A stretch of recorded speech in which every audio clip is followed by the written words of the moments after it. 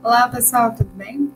Só passando aqui para explicar um pouco essa parte aqui de hereditariedade, que é a parte que nós vamos finalizar para a função da genética nos organismos. Quais são os conceitos, o que são gene, o que é DNA e etc. Era para a gente ter essa aula, né, em sala, ficaria mais fácil. É um assunto muito interessante, é um assunto que também causa muita curiosidade, mas, né, olha só, esse slide, ele se baseia praticamente em falar sobre o que nos resta saber sobre hereditariedade. Lembrando que hereditariedade são as características genéticas herdadas do seu pai e de sua mãe.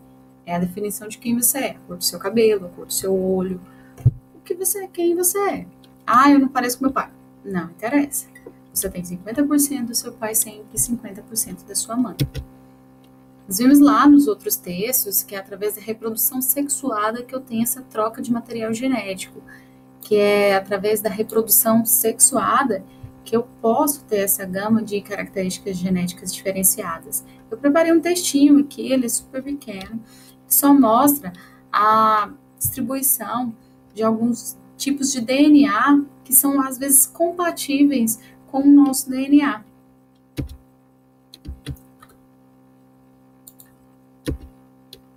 Certo?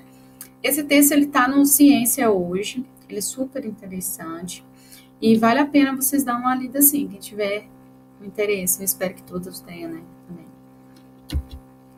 Bom, o pai da genética, como vocês já sabem, o nome dele é Mendel, Gregory Mendel, e ele foi aquele que despertou, na época, ninguém deu moral para ele, mas depois de Darwin, da seleção natural, que nós vamos ver também, é que houve um despertar sobre a genética, como que esses caracteres eram transmitidos de pais para os filhos.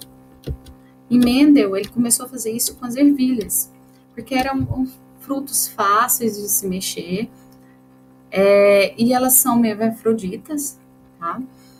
E também elas são facilmente identificáveis as características, quer dizer que ou a ervilha ela é rugosa, ela possui uma ruga, ou ela é lisa. Então ele conseguia identificar facilmente essas características genéticas herdadas. Mendel utilizou os dois tipos. Ele fez a autofecundação dessas plantas, assim como ele também fez a fecundação cruzada delas. O macho com a fêmea. Planta tem macho e fêmea? Tem. Vocês sabem que tem, que no 8º ano, com certeza, vocês devem ter visto isso. Bom, por que o trabalho dele foi ignorado na época dele? Porque naquela época a igreja ainda não deixava se estudar todos esses processos genéticos. Só que depois de um tempo, depois de Darwin, foi utilizado as duas vertentes, tanto a genética como a seleção natural, que nós chamamos hoje de neodarwinismo. Aí, as características gerais do fenótipo e genótipo, que vocês já definiram milhares de vezes em atividades. O genótipo é o quê?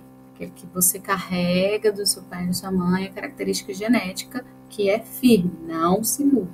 O fenótipo é aquela que pode mudar de acordo com o ambiente. Por exemplo, a fulana pinta o cabelo de loiro. Ela mudou o fenótipo dela, mas não quer dizer que o filho que ela venha ter vai ter cabelo loiro porque ela pintou, não. Claro que não. Porque o genótipo, ele é inalterável.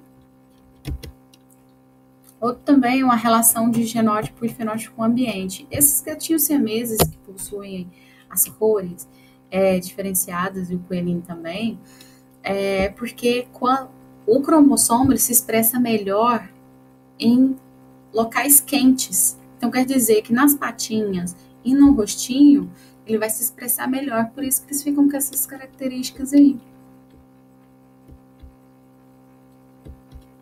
Após a descoberta de Walter-Crick, que é a dupla hélice do DNA, que eu já dizia para vocês, não tem dupla hélice, com uma ponte de hidrogênio, deu-se a definição do projeto Genoma.